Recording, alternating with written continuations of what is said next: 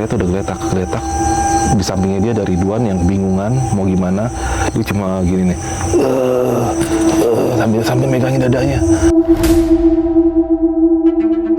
Ya cuy, kita sekarang posisi balik lagi ke taman hidup ya. Karena Bang Arya Sena ternyata pas kita terabas jalur kemarin dia cederanya lumayan parah.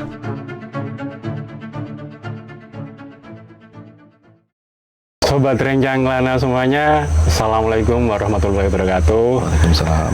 Malam ini kita kedatangan tamu yang istimewa ini teman-teman. Sobat Rencang Lana semuanya, pasti nggak asing lagi. Siapa beliau? Mas Arfi dari Jelajah Malam. Gimana Bang Arfi? Sehat brother? Alhamdulillah. Mantap. Iya Sobat Rencang Lana semuanya. Mas Arfi ini mau menceritakan pengalaman beliau gantian. Sekarang beliau mau bercerita di channelnya Rencang Lana tentang pengalaman beliau mendaki di Gunung Argopuro ya Bang. Argopuro di tahun 2021. Jadi pasti teman-teman Sobat Rencang Lana semuanya sabar nih mau denger ceritanya Bang Arfi. Silakan Bang Arfi untuk cerita selengkapnya seperti apa. Gunung Argopuro, gunung yang terletak di Provinsi Jawa Timur dengan ketinggian sekitar 3088 mdpl dan merupakan gunung dengan trek terpanjang di Pulau Jawa. Kali ini, Bang Arfi dari Jelajah Malam akan menceritakan pengalaman seru beliau beserta rombongan mendaki Gunung Argopuro. Selain pengalaman yang menegangkan, ada pula kejadian yang di luar logika ketika mendaki gunung tersebut. Hingga akhirnya, mereka memutuskan untuk tidak melanjutkan pendakian mereka sesuai rencana. Bagaimana kisah selengkapnya? Mari kita simak bersama-sama.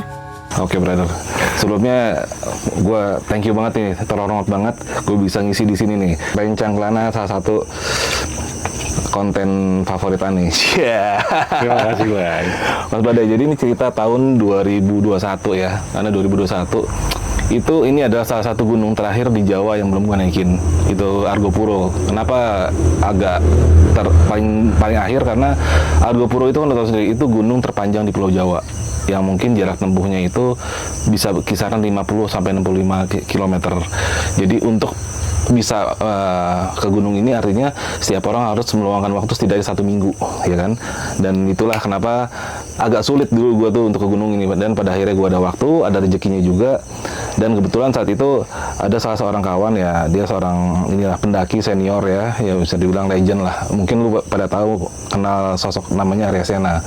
Dia itu sahabat gue, jadi ya dia bilang kapan lu naik gunung kita bareng-bareng lagi lah. Ya udah oke, bareng. Akhirnya gue putuskan saat itu, kalau nggak salah itu hari Jumat ya, gue hubungin dia, Bang Arya, yuk kita gas kemana? Gunung yang gue belum pernah nih, tinggal satu, Argopuro. Ini gue baru banget turun dari Argopuro tadi. Serius lu Bang, itu hari Jumat, gue telepon dia baru turun. Nah gue ngajakin itu Sabtu sore gue kesana lagi. Nah akhirnya kan gue bilang, ya udah Bang, kalau lu emang capek, udahlah nggak usah dipaksain, lu juga baru turun lah, kecuali lu baru turun gunung gede sih ya oke lah, langsung naik lagi. Mau ini Argopuro cuy, lu baru turun lu mau naik lagi, lu gila lu. Enggak Vi, santai aja, gue udah janji sama lu gini.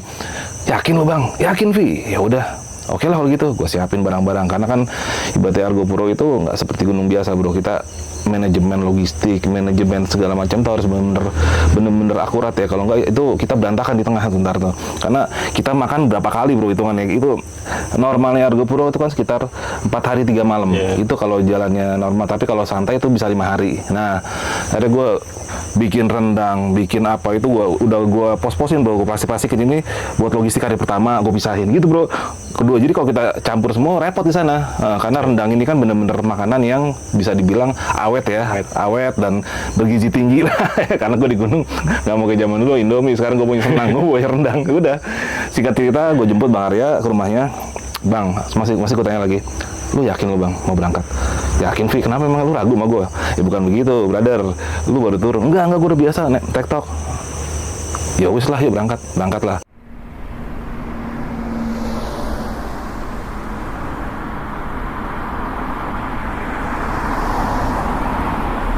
Karena itu gue kalau daerah-daerah jauh gue lebih sering emang bawa kendaraan sendiri bro. Itu gue bawa mobil, gue yang berangkat, gue, Bang Arya, Mona sama si Ridwan sama satu lagi, gue jemput anak Gunung Lawu namanya Dagluk, berlima gue inget tuh. Dari Jakarta sampai Gunung Lawu, jemput Dagluk dulu, lanjut ke Argopuro, sampai di nggak Argopuro dulu, kita ke Probolinggo, ke rumah salah seorang subscriber namanya Aceng, diterima di situ, dijamu lah, wah lumayan nih buat istirahat sebelum naik, dijamu, baik banget si Aceng, thank you Ceng. Intinya kita dijamu, kita berangkat besoknya kita berangkat. Kita kalau orang-orang kan naik itu biasanya dari Baderan, Bermi. Yeah. Kalau ini Bang Arya, kita naiknya dari Bermi bro. Nah, lu yakin lu Bang Bermi? Itu Bermi, kalau yang gue baca ya, gue belum pernah naik nih, ini begini dulu loh. Iya, lebih enak lewat situ, Vi. Ya sudah lah, lo yang tahu. Ya udah, gue nggak mau pusing. Yuk kita berangkatlah. Kita berangkat itu kalau nggak salah selepas zuhur ya, habis Jumatan itu jam 1-an dari Probolinggo sampai sana tuh kita sempat ke tempatnya Pak Sunaria. Pak Sunaria bener ya? Salah. Cak Arifin, Sunaria mah Raung. Cak Arifin, di tempat Cak Arifin kita bermalam lagi. Nah besoknya kita berangkat itu sekitar jam 1:30 berangkat tuh, foto-foto segala macam udah siap ya, karena kita memang untuk ini jadi kita otomatis agak full semuanya nih, full pack semuanya, karena bawa makanan, bawa ini, bawa itu, peralatan lenong lah.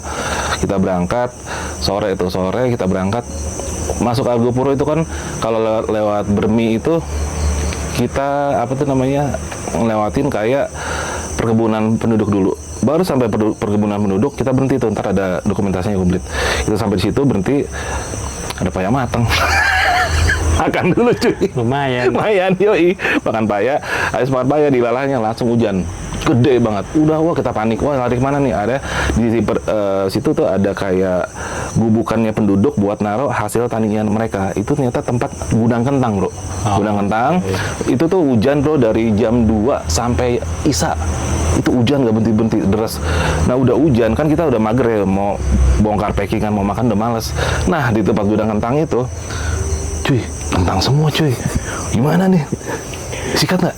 Ya udahlah, mau nggak mau kentang yang bungkusan kecil sobek pakai pisau kan, seret, gua rebus tuh bro, itu kentang gua rebus, makan kentang rebus doang, kita makan rame-rame. Tapi abis itu kan nggak tega ya, namanya punya petani gitu. Ya udah, kita tinggal duit 100.000 kita selipin buat pengganti lah, supaya kagak disumpahin gua, ya kan. Kita makan kenyang, akhirnya iya, tega bener, gila lu, mau tadi udah susah-susah gua colong. Setidaknya ya kita paling kan senyum, wah ya ada duitnya gitu. Kita selipin duit di situ, udah kita mulai start lagi tuh 7:30, kalau nggak salah 7:30 selesai hujan, udah kita mulai dari Bermi. Bermi itu kan kalau pas masuk tuh, pas mau ke hutan pinus itu ada kayak cor-coran ya. Cor-coran itu kalau kita buat pendakian itu lumayan kena dengkul lah ya, karena itu langsung nggak ada empuk-empuknya loh. Wah, udah ini selesai cor-coran, kita masuk. Nah di cor-coran itu malam itu memang ini ya, karena entah kita yang capek, entah gimana, entah gue yang halu. Kalau si Baset cuek itu kayak ada kayak yang gitu, sepanjang jalan itu kayak gitu. Coba bodo amat, nggak mikirin, udah bodo amat. Itu sepanjang hutan pinus kita naik. Tapi karena saat itu entah kenapa ya, setelah hutan pinus itu jalannya licin banget, kita belum sampai ke arah ini, ke arah Taman Hidup. Wah, masih setengahnya kurang kali. Udah yuk, licin banget cuy. Udah kita ngecamp aja kali. Lu santai kan?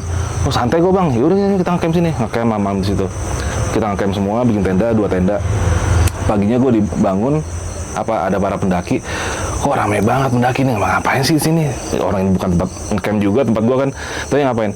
Pendaki itu lagi sama Bang Aresena, lagi foto-foto, artis biasa. Anjir, artis. Ya bang, kita foto bang.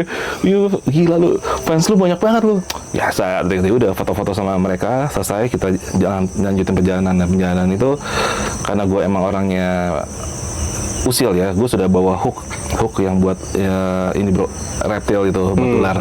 Nah ada beberapa tempat yang gue curigai tempatnya ular di bawah pohon yang besar tuh, yang sudah ini beberapa kali kosong, dan ternyata ada tuh. Ntar gue kasih videonya, ada dapat ular. Wih anjir, ternyata ada juga di sana.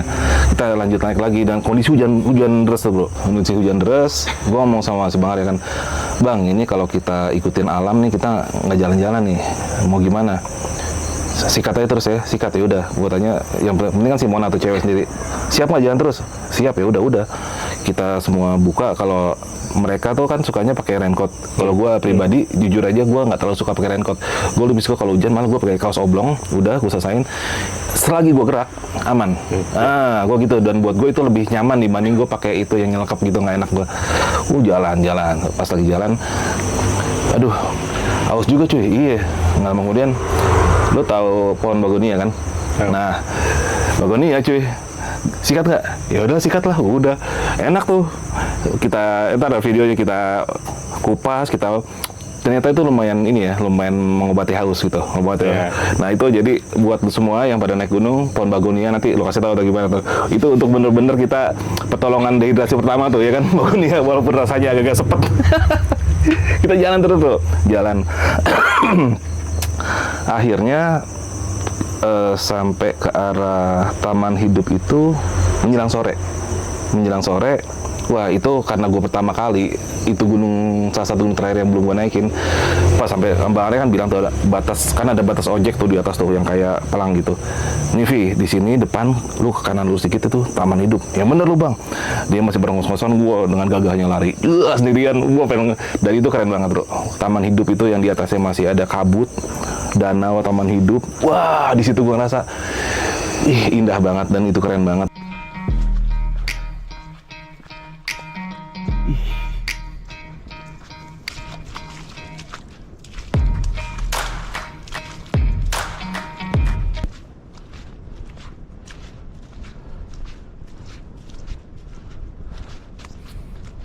Nah sampai tuh di Taman Hidup kan udah indah dan gue masih norak kan, anjir ini gunung yang gue pengen udah lama kan. Akhirnya Bang, gue langsung milih tempat camp kan. Gue milih tempat camp tuh yang dekat dengan danaunya supaya indah. Diginiin sama dia, lu gila lu situ, kenapa? Itu jalur angin cuy. Serius? Jangan di situ, dingin banget, nggak enak. Terus kita ngecamp di mana? Situ tuh. Gue tempatnya anjir jelek amat. Kan ada yang bekas WC nggak jadi tuh, WC nggak jadi. Di depannya situ tuh kan banyak sampah lah, banyak tikusnya bukan main di situ. Yakin Bang di sini enakan di situ. Malam dingin, percaya sama gue tadi gitu. Ya udahlah, iya sih kalau emang menurut itu jalur angin gue ikutin. Ngecamp lah kita di situ malam, kita bikin tenda segala macem. Nah malam itu intinya kita menikmati bulan purnama memang, dan itu ya lo tahu sendiri di atas gunung purnama kan dinginnya lebih ya kan. Nah, itu benar-benar gue ngerasain ya benar juga, apalagi gue di tengah situ tuh. Ya udah, dan nggak lama kemudian tak gimana mungkin ada saat kita lagi ngobrol nggak sadar ada yang lain lewat dan bikin camp di pinggir yang tempat gue mau tadi, di tempat angin tadi tuh. Terus gue mau kata Bang Arya gini, diliatin aja nih ntar nih, gigil biarin aja. Oh gitu Bang ya. Ya udah selalu santai. Malam kita bikin ngobrol, nggak ada kejadian apa malam itu, santai aja semua, ceria, ngobrol-ngobrol Taman Hidup. Terus gitu, coba yuk kita kita membuka mitos apa di Taman Hidup sini. Kalau lu berisik itu kabut turun. Yang bener lu, seriusan kata dia gitu. Mulailah gue orangnya usil. Cuy, berisik gue malam itu. Wow, bener kabut turun bro. Dan itu bukan mitos. Dari sebelumnya yang cerah. Belum cerah. Dan itu purnama cerah. Dan itu kabut turun. Wah, ini bener kayaknya. Tapi buat gue itu pengalaman. Oh ternyata mitos itu betul, walaupun mungkin itu kebetulan ya. Tapi keren nih. Udah gue puas. Udah. Nah kemudian pagi itu gue bangun. Nah mereka udah masak. Nah itulah gitu, kita lagi masak. Tiba-tiba si Dagluk sama si Ridwan ke belakang nih. Kan di tempat camp kita sebelah sini kan udah rapat tuh ya. Sebelah sini rapat. Mereka kasak kusuk ngapain? Mereka dapat ini bro, ular itu kayaknya si ular pemangsa tikus kali ya, lumayan panjang. Itu 2,5 meter. Gede itu ular. Dan karena memang di situ tikusnya ada, terus akhirnya gue bilang, jangan dibunuh. Kalau lu bunuh nih ular, tikusnya makin meledak. Lu tau sih di malam kita melayang dikit, dijamret tikus di situ, karena bener-bener banget. Ya udahlah, kita menikmati alam segala macam. Nah, habis ular itu kita habis makan lagi tuh cerah. Ntar lu lihat di videonya itu cerah, langit biru segala macam. Bercanda tuh kita tuh, kita bercanda nggak nyampe 15 menit bro, kabut turun lagi. Lu gue bilang apa kan, jangan pada berisik. Iya, itu beneran bro. Ntar lu lihat di videonya deh, itu gokil. Kabut turun lagi dan itu jarak pandang paling cuma 3 meter lah. Sepekat itu. Akhirnya kita berpikir, udahlah kita udah terlalu santai nih, udah kelamaan, kabut juga ini. Kita packing, ternyata setelah packing selesai, kabut hilang. Oh ya udah, kita jalan lagi. Mulailah kita ngelewatin hutan lumut. Kita ke arah kiri. Nah, ternyata mau ke arah hutan lumut situ, kalau kan sebagian besar tuh pendaki ngambil air di Danau Taman Hidup ya. Dan Taman Hidup itu kan nggak terlalu jernih. Kalau yang lu mau ke arah hutan lumut situ, ada aliran sungai kecil tuh, dan itu jauh lebih jernih. Karena itu sudah kesaring dari situ buat turun. Wah, terus kata si Bang Arya kan, nah kita kalau ngambil air di sini nih lebih jernih. Oh iya bener Bang, udah kita ambil air di situ dulu, santai dulu, ya udah.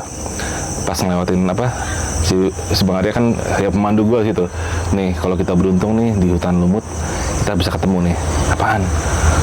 Macan tutul. Oh yang bener lu Bang. Iya, ini tempatnya macan tutul. Ya udah, gua sambil sepanjang jalan gua ceringukan, jelalatan tuh. Ternyata nggak ada bro, nggak ada. Dan di beberapa tempat sih Bang Arya, yuk kita cari buat lalapan, ngambilin itu kayak jenis pakis tuh yang bisa dimakan tuh, kita kumpulin ini buat campur Indomie tadi. Oh ya udah, campur Indomie. Nah sepanjang jalan itu, gue udah ngeliat nih Bang Arya ini sepanjang jalan dia sambil ngerokok bro. Ngerokok, ibaratnya gue juga perokok, tapi gue nggak pernah sambil jalan. Karena ibaratnya kita lagi tubuh dipacu sambil memasukkan, itu kan nggak bagus ya. Dan itu gue hindarin. Kok dia sambil ngerokok terus, gue bilang, Bang, lu gila lu sambil ngerokok, nggak apa-apa. Gue udah biasa, tapi ya suka-suka lu sih. Tapi sih kalau gue jadi lu sih gue nyesek. Gue kata, iyalah kita jalan nyesek lah. Udah jalan-jalan, kita jalan lagi tuh. Kita jalan, akhirnya sampailah ke arah Cemara 5 atau Cemoro Limo. Di Cemoro Limo itu, karena emang santai lagi, gimana nih tempat indah? Iya, nge-camp lagi apa di sini? Jadi, nge-camp lagi di Cemoro Limo. Wah gokil, nggak nyampe-nyampe. Bikin camp lah Bang, bikin camp Cemoro Limo. Malam kedua ya Bang itu. Ini sore yang malam kedua ya. Enggak, malam pertama kan gua yang di jalur setelah plesteran itu. Malam kedua itu kan di Taman Hidup. Malam ketiga ini. Ini udah malam ketiga baru sampai Cemoro Limo. Gila. Karena satu gue perhatikan juga Bang Arecena, maaf, dari gestur badannya sebenarnya dia lelah. Gue udah ngeliat. Tapi kan ya udahlah, senior gue nih. Dia di depan nih udah. Dia jalan gue. Udah kita nge-camp nih Cemoro Limo, dan di situ Cemoro Limo tempat kan lumayan agak terbuka. Sebelah sini nih gue pakai kamera zoom itu bisa ngeliat Gunung Raung kelihatan bro. Itu keren banget tuh Raung tuh di sana tuh. Wah itu bener-bener indah banget tempatnya. Tapi sayangnya di Cemoro Limo ini kita salah ambil posisi camp. Ternyata kita camp itu di jalur angin.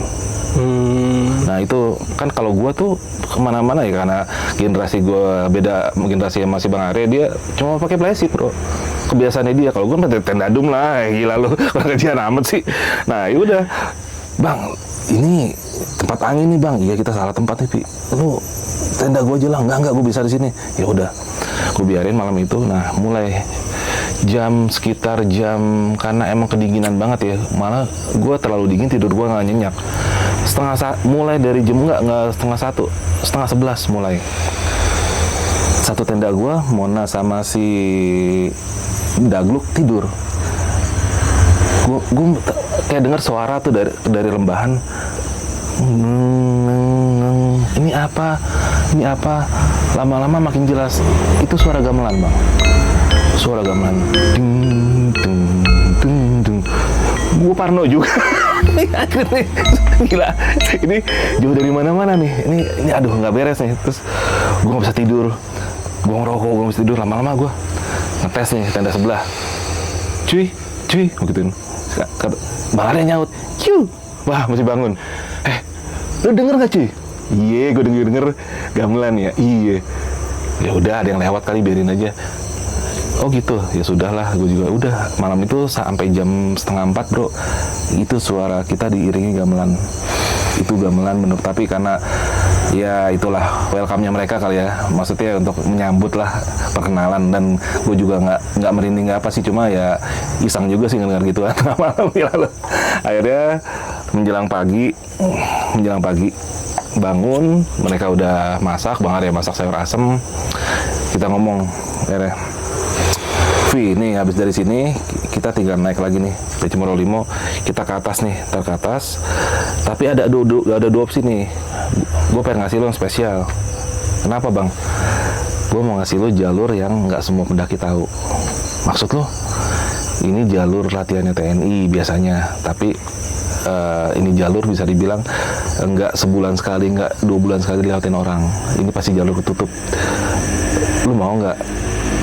Pada prinsipnya gue sih seneng, tapi ada satu bang, gue tanya Mona, ini ada cewek 1 orang, gimana pun juga ini jalur ekstrim pasti, ya.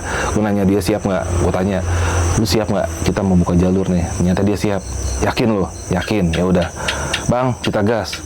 Gitu kan gue, ya kapan lagi nih, yang bawa gue senior kan, ya gue pede dong, ya kan, nggak mungkin nyesat nih, senior gue yang bawa nih, udah, oke. Lu bawa apa nih, tapi gue bawa inian gue kurang gede Vi buat ngebuka. Ya udah lu pakai ini gue aja, gue ada kayak parang kecil gitu nih, gue pegang depan. Ya udah, lu tunggu sini ya. Si Bang Arya tuh ngecek dulu ke depan, ngecek jalur. Ada sekitar 45 menit, balik dia udah keringetan. Udah benar jalur sana. Tembusnya ke arah Cisentor. Ya udah, dia balik, istirahat sebentar, yuk kita mulai start. Itu bang bener-bener jalurnya tutup segini nih, buka depan, trak. Terus dia ngomong gini sama gue, Vi, gue di situ gue ngeliat kondisi fisiknya dia memang, ini orang capek.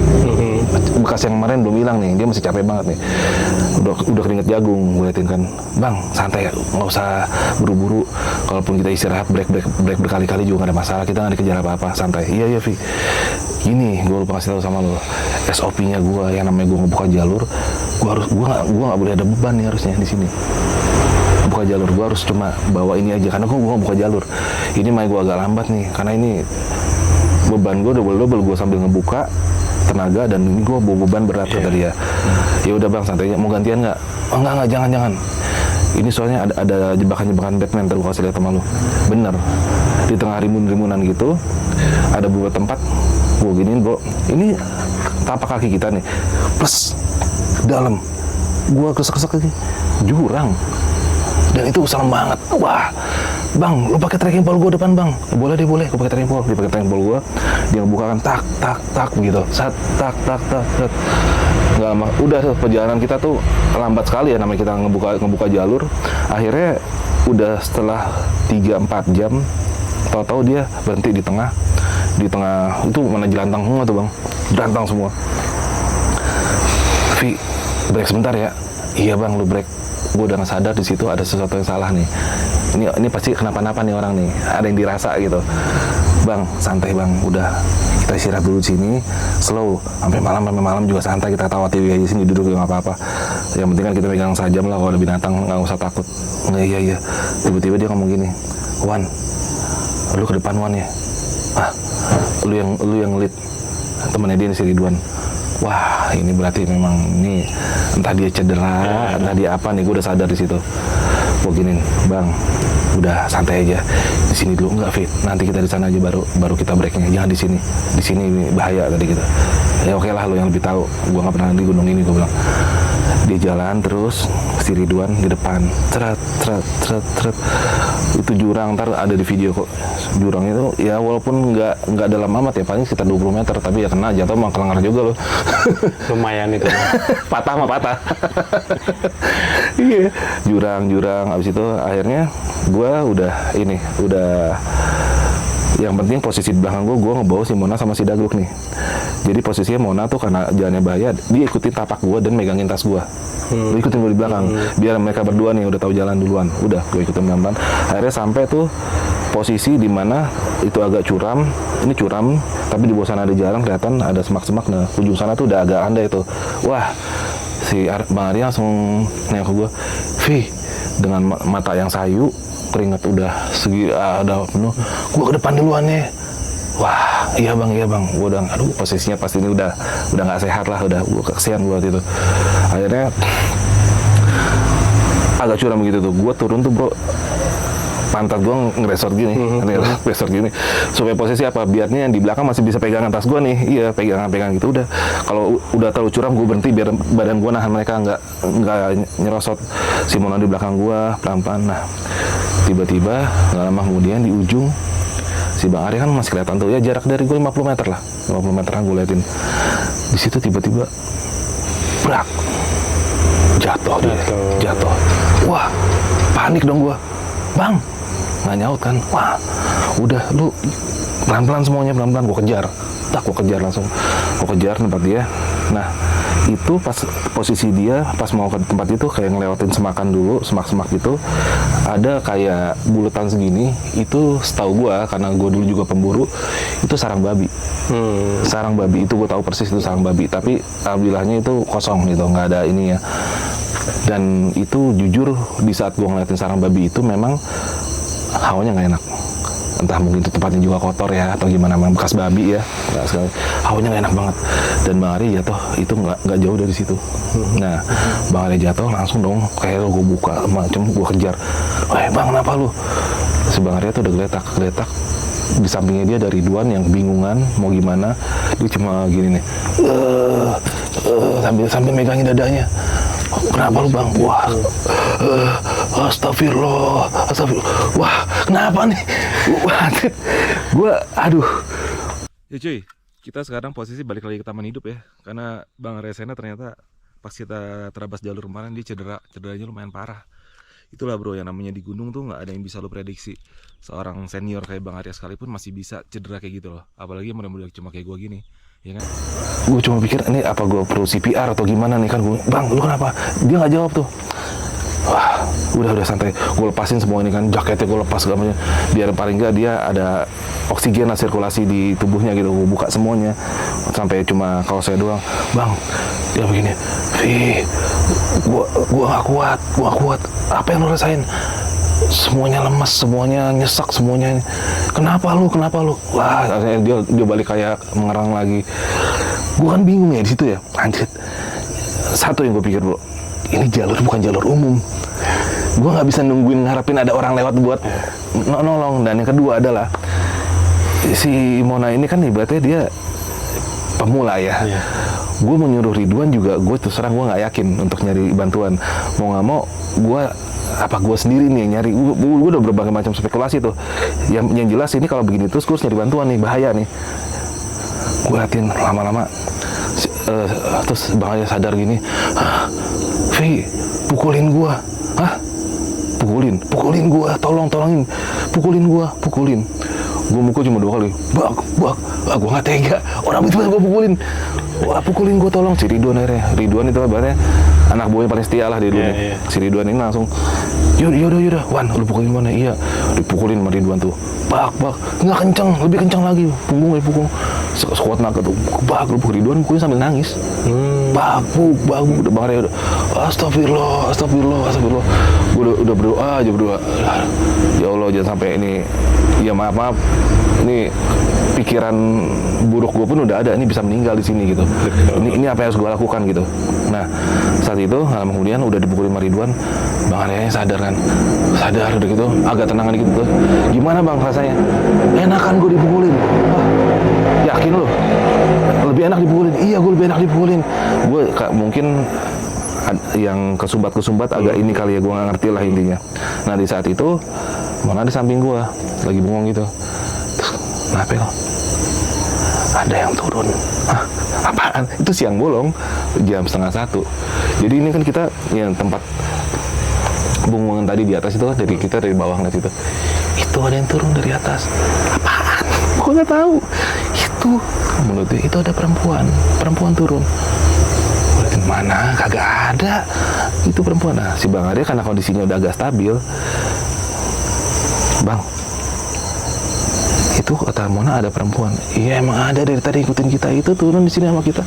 Wah ngehe, dua-duanya bener nih ngelihat kan. Artinya 2 orang ngomongnya sama kan, gue berarti emang gue nggak bisa ngelihat dasarnya gitu. Ini makhluk ini siang bolong turun ke tempat kita, terbang dan ada di antara kita lah intinya. Di situ udah karena gue udah nggak bodo amat lah mau sundel bolong kayak mau apa kayak yang penting nih temen gue selamat, ya udah gue nggak pikirin itu. Jadi, karena Bang Arya udah agak stabil, bang gimana bang, dia udah belum bisa ngomong banget tapi mesti begitu. Udah gue keputusan cepat, udah ini kita bikin bivak darurat nih. Wan, ikan masih tinggi-tinggi tuh sini kita tebangin ada kita sekedar gitu-gituin lah supaya rebah. Udah bikin, karena itu tenda dum cuma satu punya gua, tenda dum. Terus ininya dia, bivaknya dia gua bikin kayak lorong buat ini itu ke depan gitu. Teras gitu. Buat teras panjang gitu. Udah sampai sore kita bikin ini darurat. Bang Arya parah lagi, mulai gitu lagi. Wah, itu bro, gue udah yang aduh, gue antara rasa apa ya, gue ngomong ini gue berdosa banget nih, orang baru turun ya, walaupun gue tahu dia mungkin nggak enak sama gue karena dia udah janji sama gue mau nemenin, tiba-tiba gue ngajakin pas dia turun banget, dia nggak enak nolak kali. Gue jadi rasa bersalah gue banyak bro, bener di situ. Waduh, harusnya gue nggak ngajak dia, harusnya gue nggak gini, harusnya gue nggak gitu. Nggak tega bro ngeliatnya bro, ya hebatnya apa ya, ya dia memang pengalamannya luar biasa, sudah di mana-mana. Dia juga tim SAR juga ibaratnya, tapi yang namanya badan lelah itu nggak mengenal siapa lu ya kan. Kalau kita paksakan kan akhirnya fatal gitu ya. Mungkin kalau kondisinya dia nggak lelah begitu, dia mungkin nggak kena seperti ini gitu. Gue pikir udah tuh menjelang gelap malam tuh, akhirnya menjelang gelap gue bikinin makanan segala macem. Makanya itu gue taruh di dalam tenda. Bang, lu dalam tenda gue tidur, gue di luar tidurnya. Lu yang penting anget, lu nyaman. Dia udah nggak jawab, udah gue gotong dalam, dia tidur yang begini. Udah. Jadi jarak tenda gue tuh ke tenda dia Bang Arya ke gue tuh sekitar 5 meter panjang. Gue sebelah sini supaya gue nggak ganggu tidurnya dia gitu. Gue sini gue ngobrol tuh, gue bercanda. Ini anak si Dagluk, si Ridwan, anak buahnya Bang Arya itu mukanya tegang semua.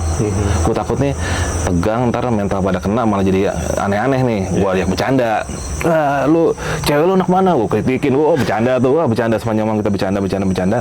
Nah udah gitu nggak lama kemudian dari arah tenda si Bang Arya teriak, saya orang Singosari. Oh, kenapa lu? Tuh ngomong gitu, saya orang Singosari, ngomong gitu Bang Arya. Gue samperin dong. Merem tidur, ngigo. Gue pikir oh ini ngigo doang lah, udah selesai. Udah tuh gue ajak anak-anak bercanda lagi supaya itu ngilangin tegang. Gue takutnya tegang ntar malah jadi ada yang ngeliat aneh-aneh dan segala macam. Itu yang gue hindarin. Jadi udah dulu gue ajak bercanda, udah kita bercanda, kita ini masak-masak. Bang Arya sadar tuh karena kemudian Vi manggil gue, weh bang udah enakan, udah sini kata dia. Enggak, si Dagluk sini ikut. Bang gimana keadaan lo? Ya gue tadi lumayan istirahat tuh. Gue bikin makanannya, alhamdulillahnya yang namanya orang sakit biasanya susah, kita suruh makan tuh susah banget. Ini gue kasih makan nambah. Wah ya beneran, gue bikin Indomie goreng tuh kan ada kita bawa rendang segala macem. Gue sendokin, masih ada nggak Vi? Wah bagus nih, gue kasih lagi rendang yang banyak. Makan yang banyak bang, makan. Dia makan. Dia makan, nggak lama kemudian, wah kenyang gua tadi gitu. Alhamdulillah deh. Ya udah bang, artinya lu udah bisa masuk makanan, itu udah sinyal baik lah gitu. Artinya nggak separah itu yang gue pikir. Nah, oh ya gue lupa, pas lagi sore yang parah-parahnya dia itu, gue nanya sama Mona ini kan dia orang praktisi medis juga ya. Ini gejala kayak gini, kenapa nih? Gue bilang ini gejala gagal jantung. Kata dia gitu. Dihitung ini gagal jantung dari sesaknya dia, dari ini.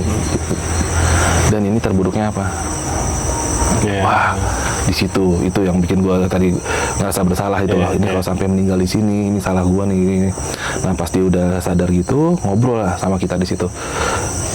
Yang lu rasain apa bang? Gue ceritain deh, kata dia. Yaudah, ya gue ceritain aja. Gue tahu tadi lu di situ. Lu tadi bercanda ini kan, lu ngomong ini ya, mungkin kalau ngomong ini ya lu dengar kali gua, ngerti nggak, kedengeran. Lu tadi ngelitingin si Dagluk kan, lu ngelitingin dia, situ lu begini sesuatu yang nggak mungkin dia bisa lihat di situ, ngerti nggak? Lu tahu Vi, posisi gua lu begitu, gua lagi ngeliatin lu. Hah, ngeliatin gimana? Itu lu tuh di bawah gua di atas lu, begini ngeliatin lu, badan gua di situ. Gua dinding gua, yang bener bang. Itu gua ngeliat antara lu semua klep gitu, kayak kata dia. Ini nih kayak sebelah lu lagi pada bercanda, sebelah lagi nih perkampungan. Jadi kayak udah dua alam kata dia gitu. Dan gue ngeliat badan gue di situ. Habis itu nggak lama kemudian itu apa tuh namanya? Adalah beberapa yang nyamperin dia lah dari yang perkampungan itu versinya dia nyamperin dia, ngajak dia bicara, ngajak ngobrol.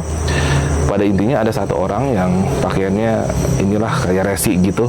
Intinya ngomong manggil dia Ger, kata dia. Ger, ini bukan waktumu. Bahasa gitu Indonesia lah. Ini bukan waktumu dan segala macam. Dan di situ dia melihat menurut si Bang Resena mulai dari perkampungan zaman dulu sampai sesuatu yang di atas teknologinya manusia. Ya kendaraan terbang dan wah lu keren juga lu halu lu, gue bilang ngimpi lu apa segitu. Jadi peradaban mungkin ya Allah alam ya, mungkin peradaban bangsa sebelah ya atau gimana ngelihat yang modern sekali bahkan lebih dari modernnya kita, itu dia lihat di situ. Dan nggak lama kemudian, nah itu dia pas lagi di dalam itu, gue lupa sebelum dia yang tidur terakhir itu dia tidur tapi gini tangannya tuh gini-gini dah, pokoknya gini-gini. Gue intip sebentar, matanya merem, ya udah selagi lu nggak apa-apa ya silakan lah, bodo amat gimana gue nggak pikirin.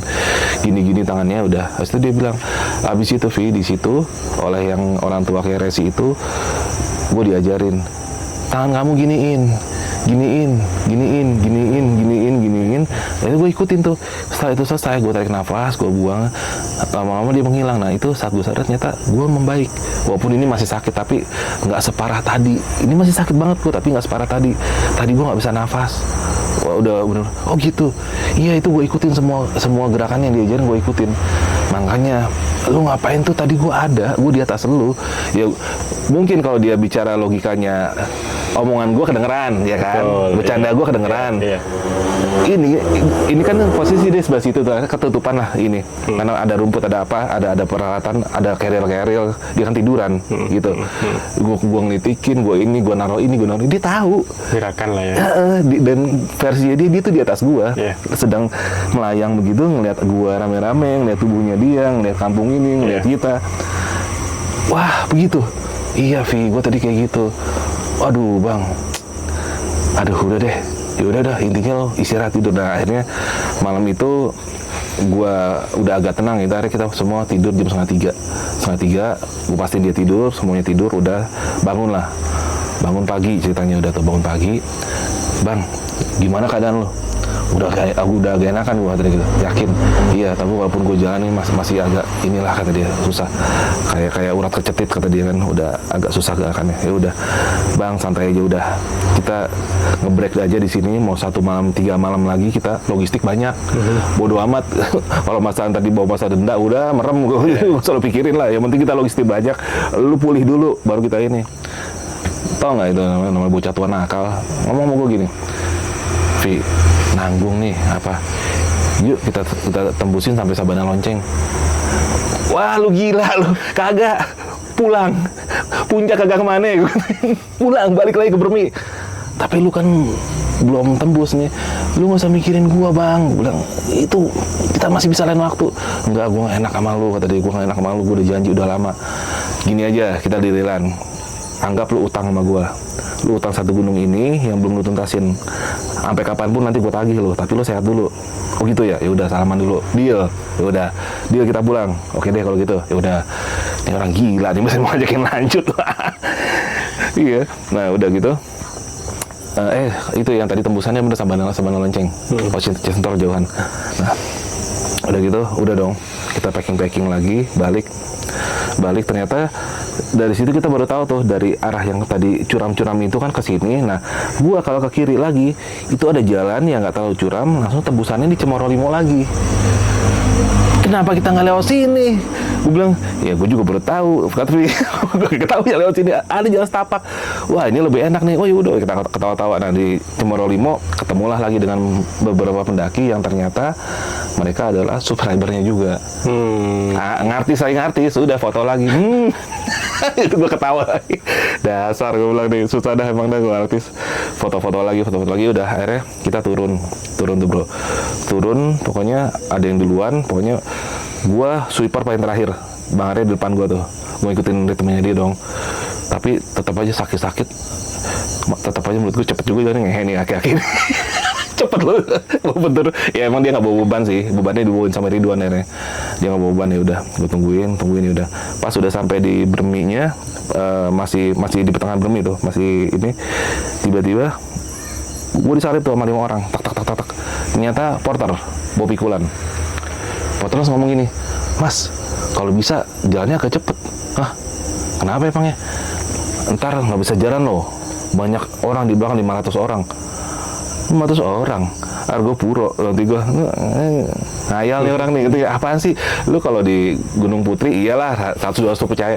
Di Argo Puro 500 orang jalan bareng kan apa sih? Gue cuma, oh iya, oke siap. Ya udah duluan aja. Beneran nih, cepetan jalan, nanti susah jalannya. Ya udahlah, gue mau banget ya. Tuh orang halu ya. Wow tuh, 500 orang dari mana, gila kali. Udah aku jalan lagi makanya berdua, tak santai. Jalan lagi sambil lu udah kagak boleh ngerokok, jalan lu gitu. jangan aneh lu. Ya udah jalan berdua. Tiba-tiba lama kemudian brok. Apaan nih? Gue sama nengok, apaan sih? Apaan? Gue nengok ke belakang, puset, marinir. Itu bener ratusan orang, bro. Gue langsung minggir, dia tuh yang bawa senapan, bawa ini segala macam yang udah gitu. Wah, gila. Terus ketemu gue yang cuma senyum itu, ada yang udah, kan gue nggak tega ya. Aduh. Terus ada kayak instrukturnya tuh, dan kita nggak boleh ngasih apa-apa ke mereka. Gue nggak tega ya, gue ada minuman nih, instrukturnya udah agak jauh. Nih gue kasih, wow langsung minum, udah cepet. Gue kasih dikit-dikit air gue habisin buat mereka gitu, karena gue tahu gue tinggal turun lah, dikit lah udah nggak terlalu ini. Kasihan bro, wah, dan itu bener bro. Tadi gue masa 500, tapi kalau emang 100 sih nyampe awalnya. Tapi lama-lama itu gue berhenti ada 2 jam bro, stuck, gue gak bisa jalan. Dan mereka turun terus, entah dari mana datangnya nih. Akhirnya sampai gue ketemu instrukturnya lagi, di belakang ada lagi, samping gue. "Pergi naik gunung deh." Iya pak. "Iya nih, maaf ya keganggu gini-gini." "Ya nggak apa-apa. Ini marinir yang lagi ini nih pendidikan ada berapa pak?" "Ya ada sama instruktur total 511 orang." Bener ya bener. Ini ternyata itu orang kagak ngablu tuh. Ya lu logika lu di Argo Puro 500 orang siapa turun ya kan? Ketemu orang aja pendaki jarang-jarang kita, nggak kayak gunung lain. Bener bro, aja 500 orang bener turun. Brok. Wah, itu mereka jalan dari mana ya? Pokoknya total tuh mereka jalan sekitar 350 kilo. Wah, edan. Mereka selesai baru udah gue jalan pelan-pelan sampai di bawah. Sampai di bukan Pak Sunaria, Pak siapa tadi? Cak Arifin. Pak Sunaria Pak Ono. Tahu nggak? Di Cak Arifin lagi, udah sampai di Cak Arifin, duduk lagi. Baru pas udah duduk, udah tuh gue mau keluarin unek-unek gue nih. Ya maaf, ini senior gue mau gue evaluasi nih. Iya beneran gue evaluasi. Bang, sorry, duduk dulu. Nih, gue evaluasi lu nih bang nih. Yang barusan kita jalan itu, sorry. Kalau menurut gua bang, lu capek dan lu memaksakan kondisi fisik lu yang nggak fit. Kalau lu mungkin fit, lu nggak kayak gini. Gua tahu, lu jauh lebih kuat dari gua, jauh lebih pengalaman. Tapi ya namanya fisik, lu tuh udah bukan 25 lagi bro.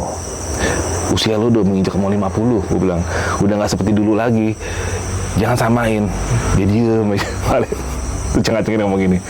Vi, sebenarnya nih ya, gua tuh nggak enak sama lu. Gue udah janji sama lu mau nemenin lu, ini gunung salah satu gunung terakhir lu, dan gue udah janji, dan gue tuh pengen bikin lu terkesan. Maksudnya iya, gue pengen bikin lu terkesan dalam arti gue mau ngasih lu jalur yang enggak semua orang pernah lewat. Ya paling enggak lu ngelewatin jalur ini sama gue biar lu inget gitu. Mulia banget sih maksudnya, gue jadi tersentuh bro. Waduh gila nih, abang gue ini bener-bener. Oh gitu ya, iya gue pengen bikin lu terkesan, gue pengen ini salah satu gunung terakhir lu yang ya lu inget lah, ini kita pernah ini sama-sama. Sedih gue udah, ya udah bang, udah intinya gini, itu aja udah cukup membuat gue terkesan semuanya. Tapi nanti kita akan naik gunung ini lagi, tapi satu bang, jangan pernah kayak gitu lagi. Usia dulu jangan lu samain sama sekarang gitu. Ya, di kisah-kisah lu mungkin itu luar biasa, tapi itu lu gue tanya, itu lu umur berapa? 25 tadi. Iya, lu gila lu, sekarang lu masih mau kayak gitu. Lu tadi kalau sampai mati gimana? Ya paling YouTube gua kagak diurus tapi masih mikirin YouTube aja. Gue ketawa tuh situ. Tapi ya di situ lah bro. Maksudnya apa ya? Di sini gue pengen, ini memang bukan cerita horor ya, tapi ini cerita tentang pembelajaran buat semua, termasuk buat gue. Namanya di gunung itu junior dan senior hanyalah sebatas punya pengalaman lebih atau tidak. Iya. Hanya sebatas itu. Tapi yang namanya kita nggak waspada, kita meremehkan sesuatu, itu bisa menimpa siapapun, termasuk itu senior sendiri. Ini pelajaran gue, seorang Aresena sedemikian hebat aja bisa seperti ini, apalagi cuma kayak gue. Itu yang gue pikir. Dan ini pembelajaran buat gue saat itu. Gue nggak boleh memaksakan tubuh gue harus mengenal diri gue sendiri. Tubuh gue di saat gue udah capek, dimanapun gue udah gue break. Nah itu, gue belajar dari situ. Dan Bang Arya pun sebenarnya maksudnya baik, dia pengen servis gue lah gitu. Gue sebagai temennya, sahabatnya, dia pengen ngasih jalur yang terbaik. Tapi masalahnya lu baru turun gunung cuy gitu, masih pegal semua. Nah di situ dia mengakui salah juga, walaupun jarang senior yang mau ngakuin salah. Gue akuin dia berjiwa besar. Iya, gue akuin gue salah. Iya, di situ lah akhirnya di situ kita udah evaluasi semuanya, dan apa ya, benar-benar pengalaman yang mungkin buat gue dan yang buat kalian yang nonton juga, mudah-mudahan ini pembelajarannya itu ya. Gunung manapun kita nggak boleh meremehkan, terutama dengan kondisi fisik. Kita harus bisa mengukur diri, mengukur medan. Ibaratnya kenali diri lu, kenali medan lu, kenali lawan lu, maka lu nggak akan kalah di 1000 pertarungan. Nah itu sama aja di gunung bro, lu harus kenali diri lu, medan lu, logistik lu. Ini semuanya kalau emang oke buat lu lanjut, tapi kalau emang nggak, jangan dipaksain. Karena yang namanya di gunung, kalau kejadiannya kayak gua tuh bro, lu bayangin, itu bukan jalur umum. Gua buka jalur, dan temen gua serangan jantung. Nah lu, gimana ceritanya? Iya. Ya kan? Itu cukup menyeramkan sih mas. Iya. Dan itu nanti videonya ada semua. Bisa lu iniin. Ya itulah, jadi itulah pengalaman gua dengan Bang Aresena. Oke bang, iya cukup ini bang, pengalamannya memang cukup banyak menurutku. Dua hal mungkin yang bisa saya tanyakan ya bang ya. Satu dari awal, masalah ular nih bang. Mungkin gini, karena kebanyakan gunung terutama di Jawa Tengah mungkin ya, Jawa Barat, kalau Jawa Timur mungkin agak beda lagi. Mungkin di jalur pendakian itu tidak banyak ular, atau bahkan mungkin nggak ada. Buat para pendaki yang ketika di jalur menemukan ular itu, tipnya seperti apa bang? Maksudnya gini, wah ini bahaya nih, kayaknya ada ular nih gitu.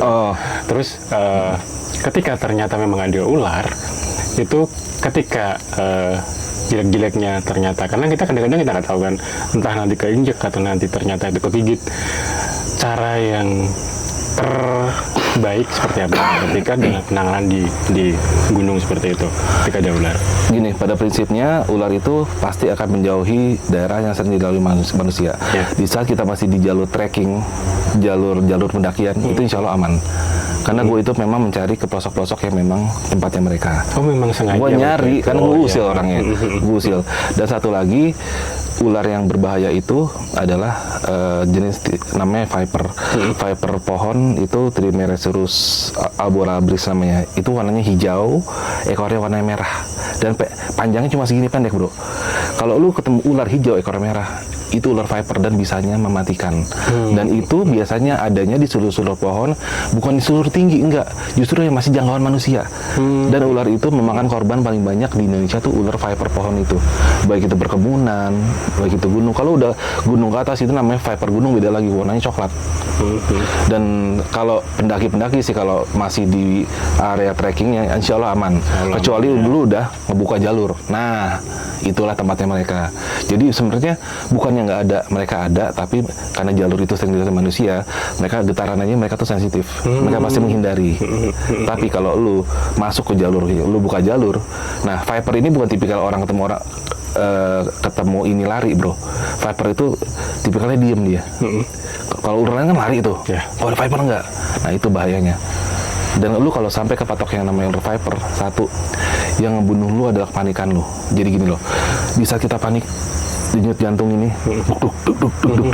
Dan usahakan di saat lu digigit ular, posisi digigit di mana? Di tangan. Jangan sampai ini melewati sini. Jantung. Diangkat gitu. Jangan diangkat di bawah. Oh, malah di bawah. Di bawah. Jangan Oh, diangkat iya, gini. iya. Gini. Nah, sebisa mungkin gitu. Dan kalau untuk ada sebagian orang yang digigit ular itu diikat. Diikat. Itu salah. Malah salah. Itu salah. Karena ular itu bisanya enggak melalui jaringan pembuluh darah, tapi getah bening. Dan untuk jenis ular model viper itu jenis bisa hemotoksin, sifatnya itu kalau lu kena dia bisa mematikan atau bisa membusukkan. Jadi lu tahu kan orang digigit ular tangannya sampai hitam. Itu kan artinya dia ngebusukin. Kalau bagian yang digigit lu ikat, pembusukannya 10 kali lebih cepat. Dan itu akibatnya apa? Amputasi. Kalau lu biarkan dia akan menyebar, nggak terlokalisir satu tempat. Kemungkinan ini selamat masih bisa, atau mungkin agak mengecil jadinya, gitu. Makanya kalau ular itu, kalau yang namanya diikat itu salah. Gue bilang salah, berani gue bilang salah. Jadi imobilisasi namanya, diikat pakai apa? Pakai kulit kayu atau apa supaya jangan banyak bergerak. Yang penting lu jangan panik. Lu ketakutan lu yang ngebunuh lu. Memompa jantung. Nah itu yang pertama itu. Yang kedua ya sebisa mungkin ke rumah sakit, tapi itu juga yang penting tenang. Jalan pun jangan terburu-buru, intinya itu. Ya intinya apa sih, tapi insya Allah kalau yang namanya di gunung sih kecil kemungkinan, walaupun ada tapi kecil kemungkinan kita ketemu, kecuali benar-benar nyari. Nah kalau yang di air-air ada tuh ntar ada videonya, itu jenis ulang. Itu sih bro, itu ular pemersatu keluarga kalau gue bilang. Kenapa? Lu dipatok ular itu, besok keluarga lu pada ngumpul tuh tahlilan. Karena itu jauh lebih bahaya dari kobra. Kobra nggak ada apa-apanya sama dia. Uling ulang itu yang bisa lu temuin di sawah-sawah atau di sungai-sungai, hitam putih. Itu ular nggak agresif, tapi nggak kayak kobra, nggak kayak apa, enggak. Tapi dia sekali matok, kemungkinan selamat tuh cuma 5%. Bisa tinggi ya berarti? Sangat tinggi. Dan yang namanya uling ulang, kalau di saat lu digigit, lu nggak ngerasain sakit kayak digigit kobra atau apa, itu sakitnya mungkin lu kayak ngerasa kebakar kayak apa. Dia enggak, karena jenis bisanya tuh neurotoksin, menyerang syaraf. Giginya sangat kecil, lu digigit dia pun kadang nggak sadar kalau digigit. Akhirnya apa? Paling banyak korban meninggal karena ulang-uling karena digigit nggak sakit. Abis itu mereka meremehkan, gua nggak apa-apa. Akhirnya mereka merasakan cuma ngantuk. Setelah ngantuk, kalau lu tidur lu nggak akan pernah bangun lagi. Itulah kenapa dia matikan. Kalau orang logikanya kesakitan buru-buru lari ke rumah sakit dong. Kalau dia enggak, karena nggak sakit. Iya, menyebabkan kantuk juga. Ngantuk doang. Yang saat lu ngantuk lu nggak akan bangun. Itu brother. Iya, sobat rencang lana semuanya, ini edukasi yang keren ini. Karena ada kemungkinan ketika kita di gunung, walaupun mungkin Bang Arvin mencari ya teman-teman ya, tapi kalau seandainya ketemu mungkin lebih baik menghindari Bang ya? Menghindari aja ya. Menghindari. Kalau Bang Arvin kan beda, dia yang mencari. Usir. Oke Bang, terima kasih untuk edukasi tentang ularnya. Terus yang kedua ini Bang, tadi beberapa kali tadi Bang Arvin mau ngecamp di tempat yang katanya lorong angin ya. Itu menurut Bang Arvin ciri-ciri tempat yang itu adalah tempat lorong angin itu yang kalau di gunung jalur angin itu adalah tempat terbuka yang kalau kayak di Cemoro Limo itu kan contohnya, itu kan ada kayak kita di tengah dua bukit gitu tuh. Itu angin itu kan akan ngikutin kontur bukit. Langsung ke tempat. Nah, gue itu di atas celahnya itu. Itu tempat paling fatal buat itu dinginnya deh 3 kali lipat bro. Udah dingin ditambah hembusan, ngerti nggak? Nah itu kan, nah di situ. Dan itu juga mungkin entah yang gue dengar malam itu adalah yang gue bilang gamelan. Logika standar gue adalah begini. Satu ya mungkin hantu lah gitu. Yang kedua adalah mungkin aja yang namanya itu kan lorong angin. Yang namanya suara itu kalau kayak corong deh. Suara itu dari mana-mana masuk ke bawah angin ke situ, jadi ke kita tuh kedengeran. Kita kayak ujung trompet, ngerti nggak? Ke kita nyampe. Walaupun secara logika gue kan desa udah jauh banget ya. Iya, itu sih. Itu. Terus ada pula yang ada sih beberapa apa ya namanya, yang merhati bahwa mungkin kalau gamelan itu mungkin kayak sebuah suara yang atau frekuensi tertentu yang pernah ada di zaman itu, dia nyimpen entah itu batu, entah itu, jadi suara memang dulu kan emang orang-orang lama kan, ini mungkin kalau salah mungkin bisa dikoreksi ya. Iya. Literasi yang mungkin saya baca adalah orang-orang zaman dulu kan memang apalagi orang Jawa memang suka dengan gamelan, suka dengan wayang, dan mereka juga hidupnya dulu di gunung banyak. Betul. Gitu kan. Makanya sekarang kena banyak situs di gunung karena memang literasi yang saya baca, sekali lagi kalau salah monggo dikoreksi, banyak hidup di gunung dan kemudian mereka ada acara pakai gamelan, dan gamelan itu tersimpan dalam sebuah dimensi, entah itu mungkin batu, entah itu pohon, yang kemudian di suatu saat nanti entah berapa tahun lagi atau berapa waktu tertentu dia akan keluar suara itu sendiri. Itu literasi yang saya baca kalau tentang gamelan ya, mungkin seperti itu. Sorry, artinya itu berhubungan dengan gaib atau enggak? Bukan. Jadi kayak memori. Jadi memori itu kan punya memori tuh, punya frekuensinya. Frekuensinya tersimpan dalam benda keras atau benda mati, termasuk batu ataupun pohon itu yang bisa menyimpan frekuensi itu. Dikala dia di saat tertentu, ketika mungkin di suhu tertentu atau di jam tertentu atau di waktu yang mungkin pas, frekuensi itu bisa terdengar lagi. Iya, itu menyimpan memori zaman dulu. Bukan hanya gamelan, bisa jadi mungkin kayak suara orang zaman dulu, ataupun bahkan yang sering orang dengar kayak kalau di Argopuro kadang-kadang dengar suara langkah tentara gitu-gitu.